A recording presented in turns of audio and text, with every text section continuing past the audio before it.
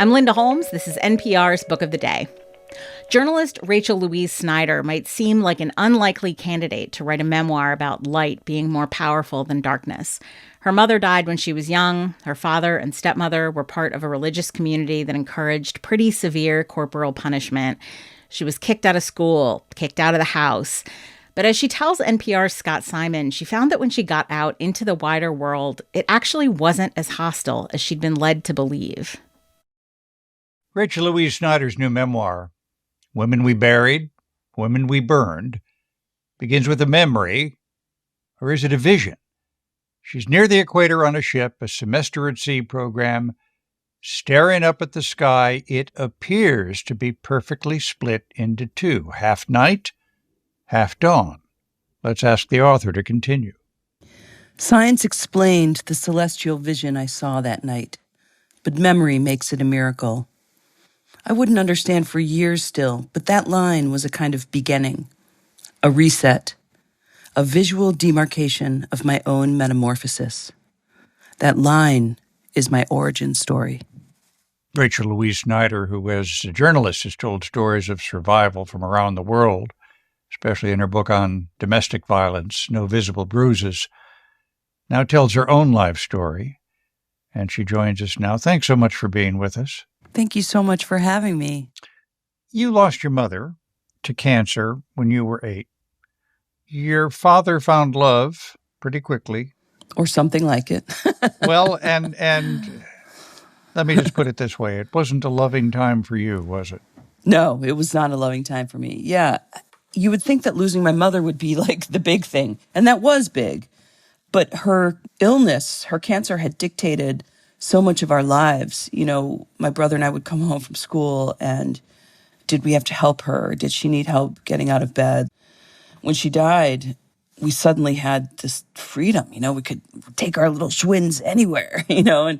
And then my father met someone at a family camp, and I think he must have really felt that he was ill-equipped to be a single parent because he married her 2 months after I recognized that they were hanging around each other.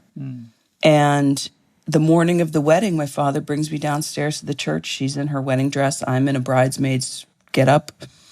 And my father says, "Rachel, meet your new mother."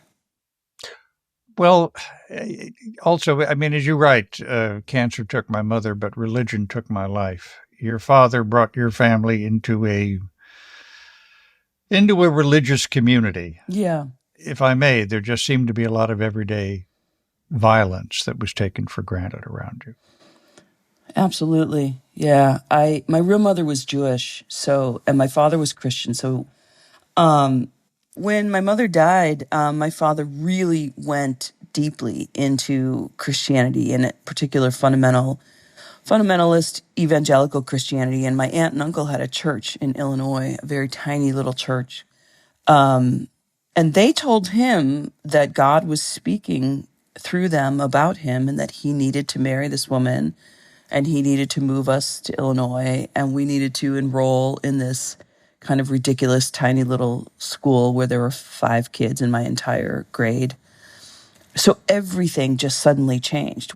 And we had never had corporal punishment. I mean, sometimes I guess with a wooden spoon, you know, in the 70s as parents did, but suddenly punishment became this long, drawn-out, multiple-hour affair that ended with, you know, one or the other of us being spanked with my dead mother's sorority paddle. But it was really explained and justified through the teachings of the church, which are an extension of an authoritarian patriarchy that we see all over the world still today. You were invited to leave school. My aunt and uncle's church school had closed down after my 8th grade year, so I went to public school. And I went for 2 years in theory, but I rarely went to school. And so at the end of my sophomore year, I was invited to leave and not return. I was expelled. And then finally, one day in September 1985, my parents sat us down for a family meeting, which we had often. And they gave us a typed up list of rules, which I still have in my office today, that said, you have to abide by these rules or you will not be able to live here. And the four of us never abided by a single rule. Like starting that day, we had all just had enough. And so we found ourselves with 4 suitcases lined up on the foyer, and we were told to pick one. And I picked a blue and red Samsonite, packed up my stuff, and I lived out of my car for about the next year and a half, sleeping on couches, sleeping on floors. It's very moving to read about that, and it makes you kind of wonder if, despite how tough the circumstances were in which you lived, well, no better way to put it than this: if the kindness of strangers didn't also teach you something about the possibilities in life. Scott, that was the crazy thing about it, is that I had been told by the church that the world was full of nothing but danger and darkness out there. And once I got out into that world, I didn't find that to be true at all. It was my first real lesson in how wrong the worldview of my parents was, because it was informed by their own ignorance. So you went to sea because a generous relative helped you go to school on this, I got to tell you, sounds like just a wonderful experience. You noticed a similarity with a lot of other students, though, didn't you? Yes, I did. I was an unlikely candidate for college. In my senior year, by then I had really gotten my footing, as it were, with school. And I had an uncle in New York who found the semester at sea program. On that ship, it was about 500 students. One after another, I found kids who had lost one or both parents. It was really startling to me. It was the first time I'd ever met anyone who'd lost a parent. I mean, I was like an oddity growing up.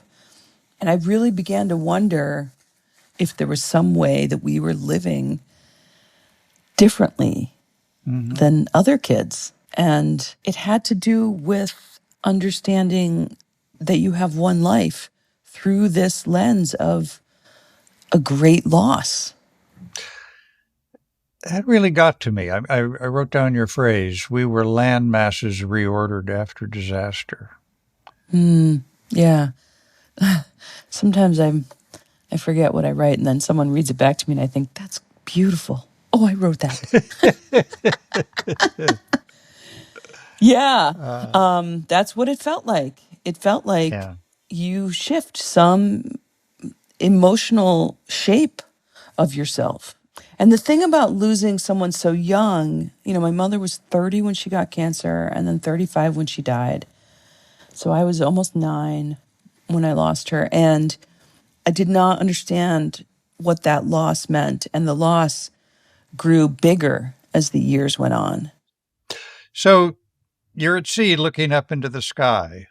Irresistibly, that you somehow, in one glimpse, you take in the light and dark of the universe, reminding us that life contains both sides.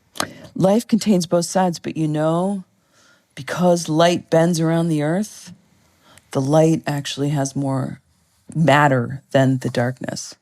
And I think it's true at the individual level of a life. It's certainly true of my life. Like, getting kicked out of my house seems like the worst thing that could happen, but in fact, it's the thing that set me on a course where I really, truly freed myself from the forces that were controlling my family.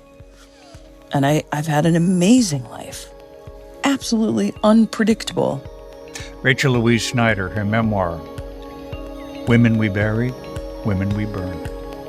Thank you so much for being with us. Thank you, Scott. It was wonderful to talk to you.